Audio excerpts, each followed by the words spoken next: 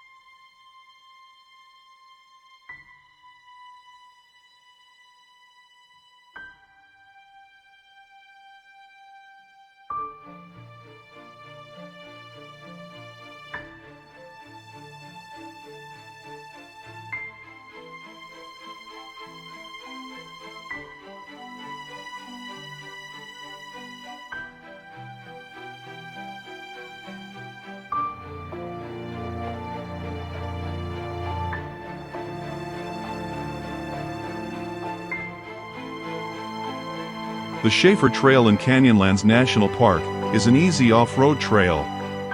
The trail is full of switchbacks that hug the massive red sandstone cliffs beneath the island and the Sky Visitor Center. It descends 1,500 feet into the desert valley below. The views of the beautiful red rock canyons, cliffs, and the desert landscapes below are simply awe-inspiring. The Schaefer Trail is named after the Mormon pioneer settlers. Starting in 1916, John Schaefer used this trail to move cattle from pastures on the mesa top to winter grazing at the bottom of the trail. John Schaefer is credited for improving the trail and making access into the canyon easier. The Atomic Energy Commission widened Schaefer Trail and extended it to Potash Road to accommodate trucks moving loads of uranium ore from the backcountry to Moab for processing. Many of the backcountry roads in the area used for recreation today were improved by the Atomic Energy Commission.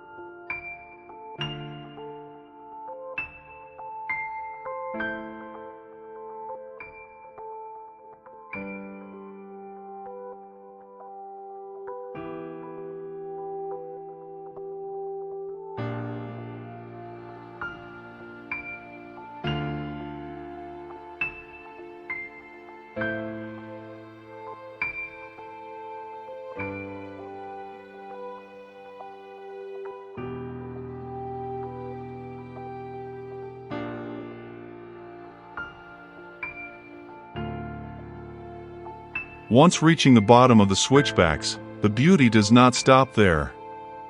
Reaching the desert floor, you get a better appreciation for the enormity and sheerness of the beautiful, red rock canyon walls. The rock takes on different shapes and sizes. Some looking like animals, some looking like spires on a fortress. All covered in stunning colors. As you follow the trail towards the Colorado River, the landscape slowly transitions from stark, sandy desert to greener views. As you reach the intersection of the Colorado River, you understand the importance of the water to the surrounding flora and fauna.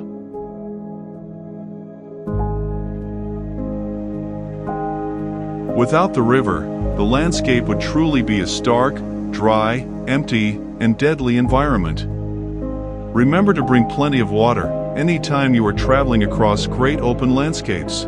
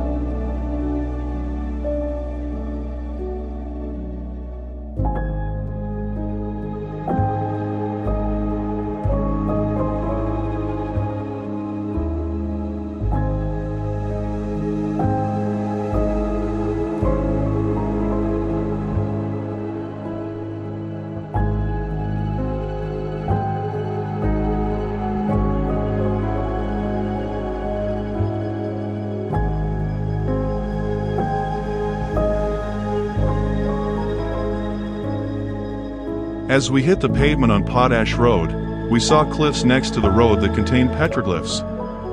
These were ancient cliff drawings made by the early inhabitants of the area. Many depicted hunting scenes.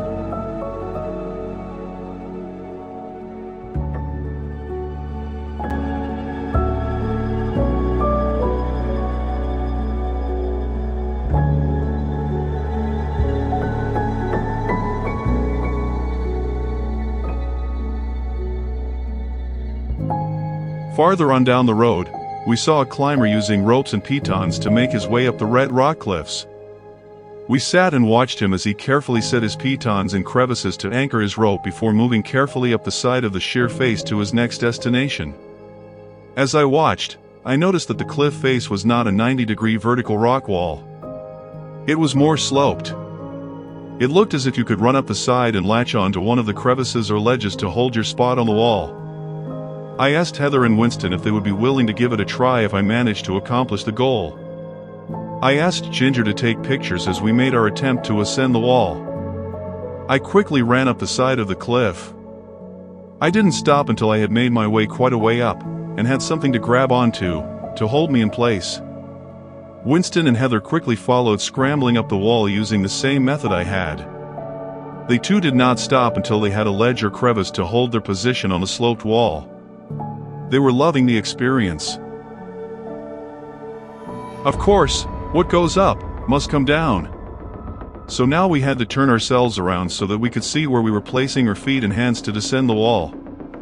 Now we could see how high up we had come, and because now we were facing away from the wall, things became a little more sketchy. We certainly did not want to fall forward, but we had to see where we were placing our hands and feet. So the best option was to sit down to keep from falling forward. We had to carefully scoot down the sloped wall that we had run up.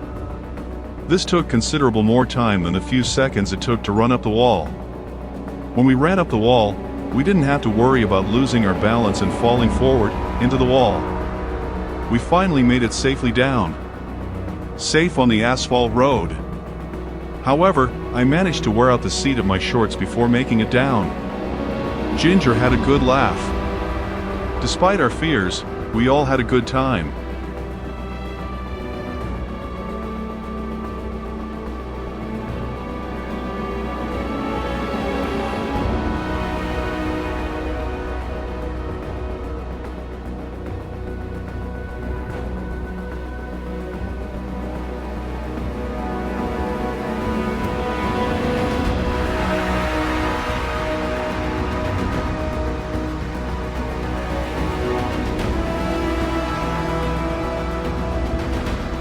If you recall, I mentioned earlier that the Atomic Energy Commission had been responsible for most of the roads in the park. Here are some remnants of that era. Today, the Atomic Energy Commission has taken on the task of cleaning up the contaminated soil and hauling it to a safe storage area.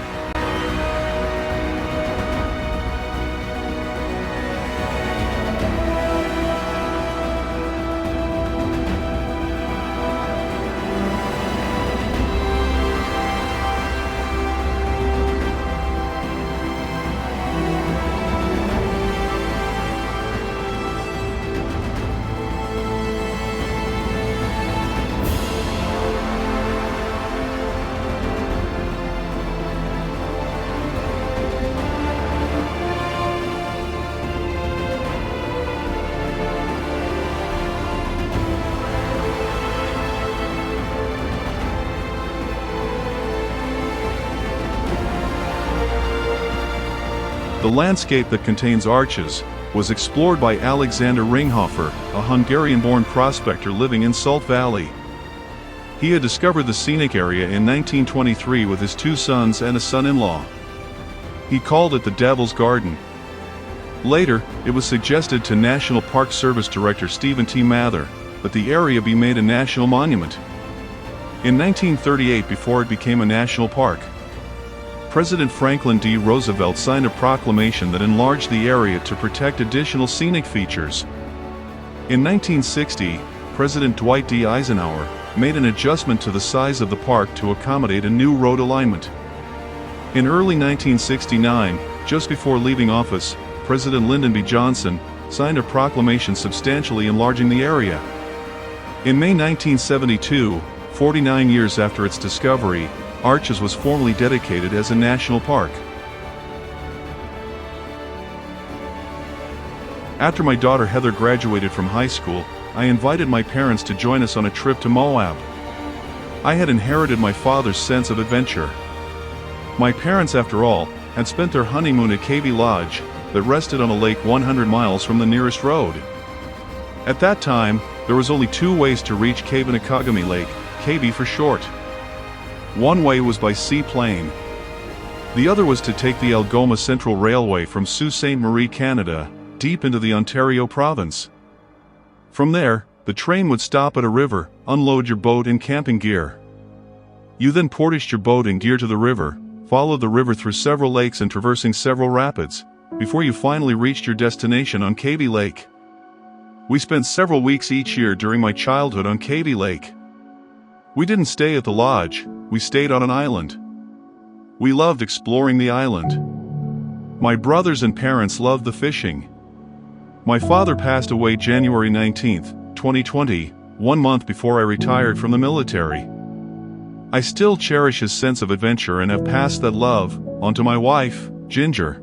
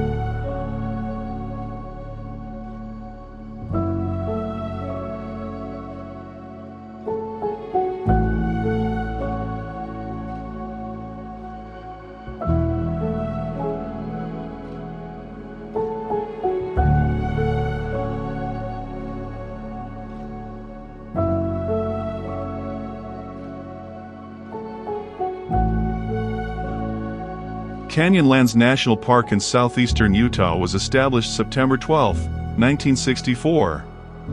It is known for its dramatic desert landscapes carved by the Colorado River. Canyonlands is Utah's largest national park and offers an astonishing array of natural wonders, as well as opportunities for solitude among its thousands of acres of open desert. Canyonlands is well known for its beautiful desert sunsets and hundreds of miles of off-road trails. Perched atop a towering 1,500-foot mesa, the island in the sky truly lives up to its name, overlooking the canyons carved by erosion below. This area opens some of the most breathtaking vistas in canyon country. From these elevated viewpoints, you can often see over 100 miles in any direction, revealing scenes that stretch across thousands of acres of canyon country.